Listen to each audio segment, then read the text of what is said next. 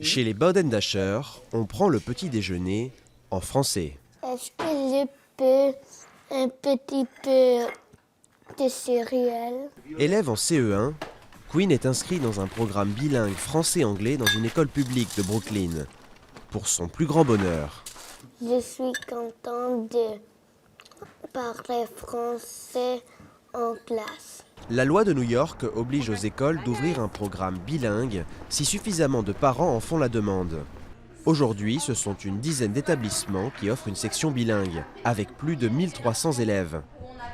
Quelle est la première étape, Philippe? Financé par le département de l'éducation de New York avec l'appui du gouvernement français, le cursus, qui débute en maternelle et va jusqu'au CE2, alterne les deux langues d'enseignement.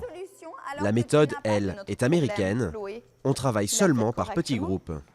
Soit c'est moi qui circule dans la classe et qui essaye d'aider ceux qui ont l'air de ne pas comprendre, soit la gestuelle, les images, essayer de leur faire comprendre le problème en les mettant en situation.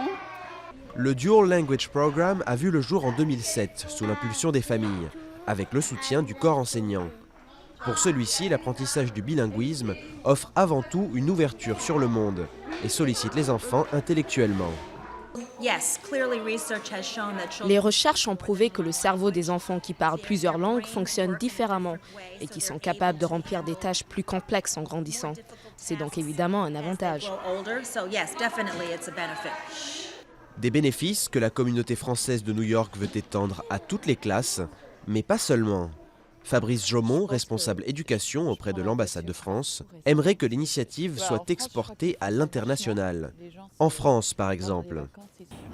Déjà, à New York, on espère aller jusqu'au lycée, jusqu'à la terminale, la terminale, le 12e grade.